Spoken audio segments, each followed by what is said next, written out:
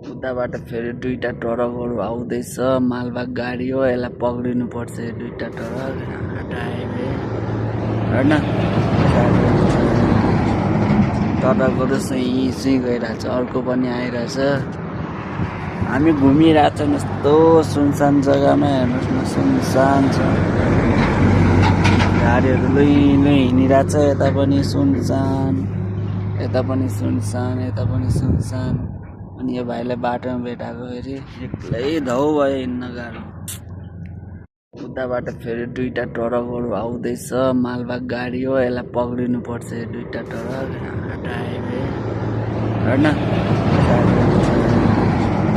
ट्रकहरू सुई गइरहेछ। अर्को पनि आइरहेछ।